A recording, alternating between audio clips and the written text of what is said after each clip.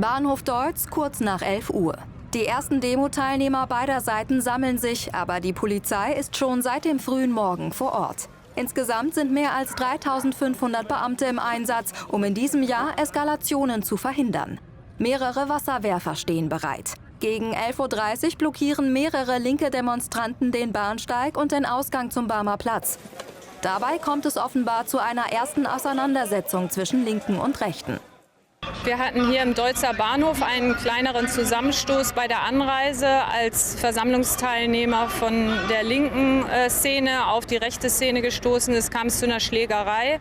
Dabei wurden 5 Demonstranten aus der rechten Szene verletzt. Wir haben 2 Tatverdächtige festgenommen.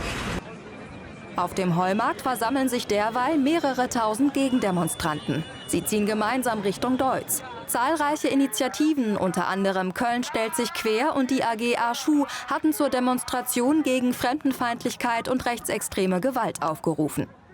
Gegen 12:30 zünden einige Rechte auf dem Barmer Platz offenbar Pyrotechnik. Ansonsten bleibt die Lage aber ruhig. Auch weil die Polizei alle Teilnehmer der Hogeser Neuauflage auf Waffen und Alkohol kontrolliert. Gegen 14 Uhr setzt die Polizei in der Nähe der Lanxess Arena Wasserwerfer gegen rund 500 linke Demonstranten ein. Es war so, dass aus der Gruppe, die bisher hier friedlich demonstriert hat, gab es einen Wurf, eine Flasche, ich glaube es war eine Flasche. Und unmittelbar danach ist die ganze Mannschaft der Polizei in die Gruppe rein mit Schlagstöcken und unmittelbar darauf fing der Wasserwerfer an, also ohne dass die Menschen eine Chance hatten, sich aufzulösen und hat hier massiv mit Wasser die Menschen, die vorher, wie ich es beobachtet habe, friedlich demonstriert haben, mit Wasser zum Teil auch verletzt. Auf dem Barmer Platz bleibt es ruhig. Die Polizei spricht von weniger als 1000 Teilnehmern. Der Veranstalter sucht noch nach Ordnern, um mit der Kundgebung beginnen zu dürfen.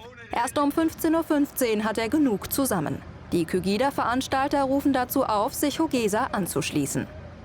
Vor dem Deutzer Bahnhof ist das Kulturfest Bierlikte in vollem Gange.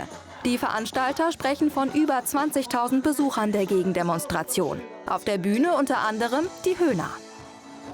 Unsere beiden Rentner, der Peter und der Janus, die waren heute natürlich auch dabei. Wenn es darauf ankommt, dann muss man wirklich Flagge zeigen. Und so wie die Stadt insgesamt hier heute bewiesen hat, wenn es darauf ankommt, gehen wir auf die Straße und überlassen unser Köln und alles, was dazugehört, nicht der rechten Ecke.